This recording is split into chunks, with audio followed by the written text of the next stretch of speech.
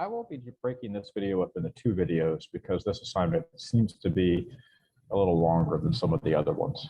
So the basic idea of a root is that a root is really a fractional exponent. So like the square root, there's really a little 2 here, and so that will go on the bottom, and the exponent goes on the top. So 7th root of 6 squared would be 6 to the 2/7. The 2 is on the numerator, the 7 is the denominator.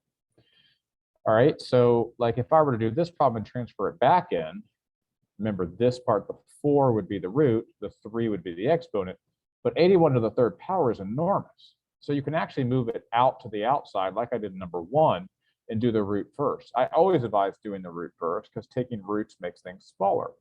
So the 4th root of 81 is 3, and 3 cubed is 27. Here, you're going to want to multiply the 2 and the 3 together to get 6, and then you're going to want to multiply the 3 and the 4 together to get 12, then reduce, and you find out, hey, that's the square root, and the square root of 100 is 10. Now, this one is a little bit of an oddball. It's really getting you to understand what a negative is. A negative means to reciprocate, so you would reciprocate then square. It does not reduce. All right, so now we're going to move into the actual operations. When you have subtraction, make sure you distribute the subtraction and then start breaking things down. Always do your operation before you reduce. So how do you reduce a root? You make a factor tree, and when you make a factor tree, you just divide by a prime. 8 divided by 2 is 4, and 4 is 2 divided by 2 times 2. You circle pairs and you root the leftover. So 32 is a similar thing, but it comes out to 4 root 2. Then you combine your integers together. So you combine your integer with your integer, -10, and then you combine the coefficients of your roots together if they're the same root. So 2 and 4 make 6. Same deal here. The only difference is this one has a coefficient already. So once I distribute the negative to the 2 and the 8, when I pull out this 3 right here, maybe I'll zoom in there, let you see it a little better. When I pull out the 3, there's already a -2 there, so it multiplies and makes -6. Then you combine your like terms, always putting the integer first.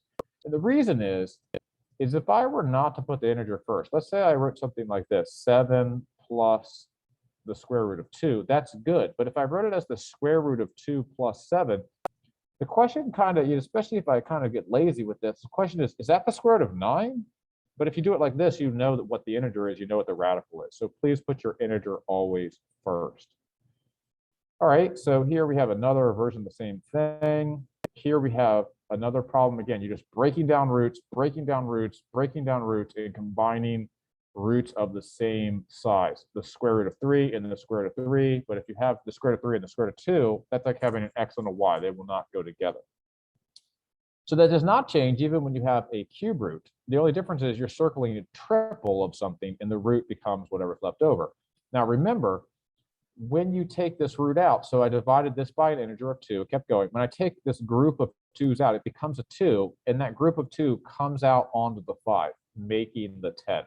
Right? Because there's already a 5 there. If the 2 comes out, it's got to do something. It multiplies. You'll do the same thing here. And as you can see on this problem, this one has a 3. It's going to make a -6. You're going to combine your like terms. Okay, so please make sure that you're finishing that up. When you have the 4th root, the numbers get bigger, but they follow the same pattern, but you're circling 4s rather than 2s or 3s.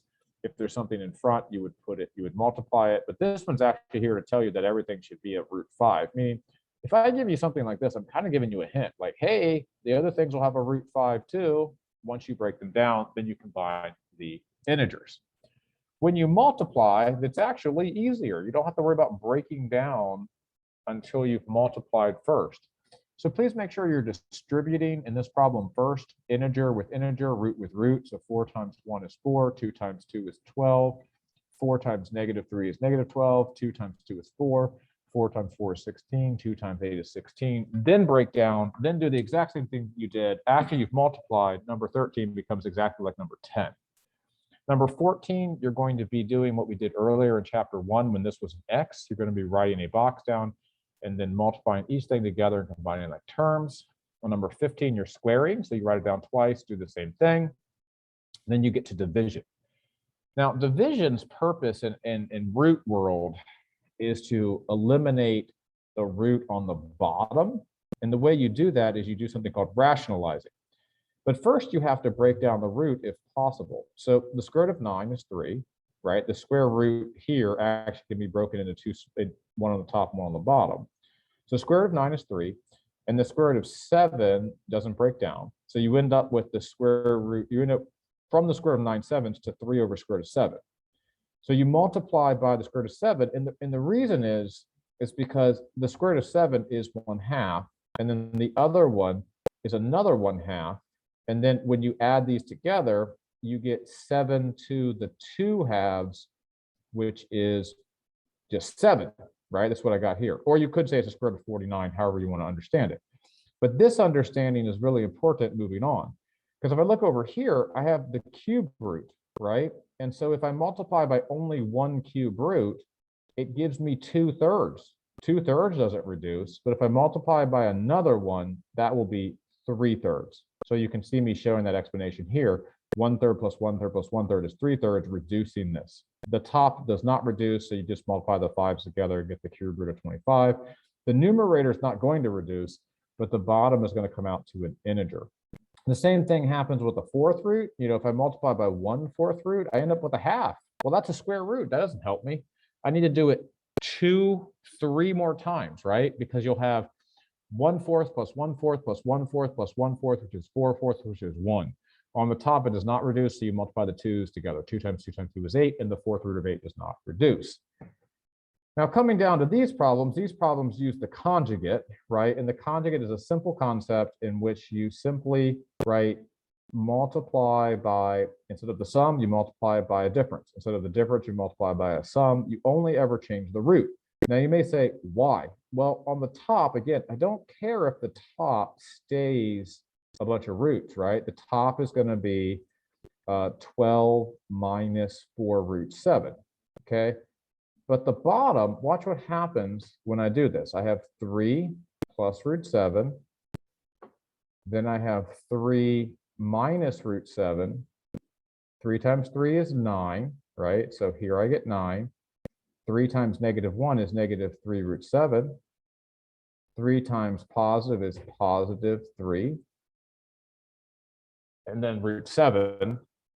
And then here I get minus root 49. Now what happens is that these things will cancel, and this comes out to -7, giving me an integer. So you end up with 2 here, and then you'll have to reduce this like we learned in chapter 1, where you pull the 2 out, and here you have a 2. Now on the bottom, you're finding an LCD, and the LCD here is 6. So what happens is that you will change these into 2/6 and 3/6, and then the 6th root. Basically, the LCD is the root. So once you do that, the numerators will go inside. So the root is the exponent's denominator, just like in the very first problem up here on number 1. The root is the denominator, and then the exponents are what goes inside here. Same thing here. Some kid got confused by the 2, right, and the 3. There's a 1 on the bottom. So if you have a 1 on the bottom, you still have a common denominator of this number. Change them all out, you have a square root, and then use the numerator here. All right, I'm going to make another video for the next page. I hope that was helpful.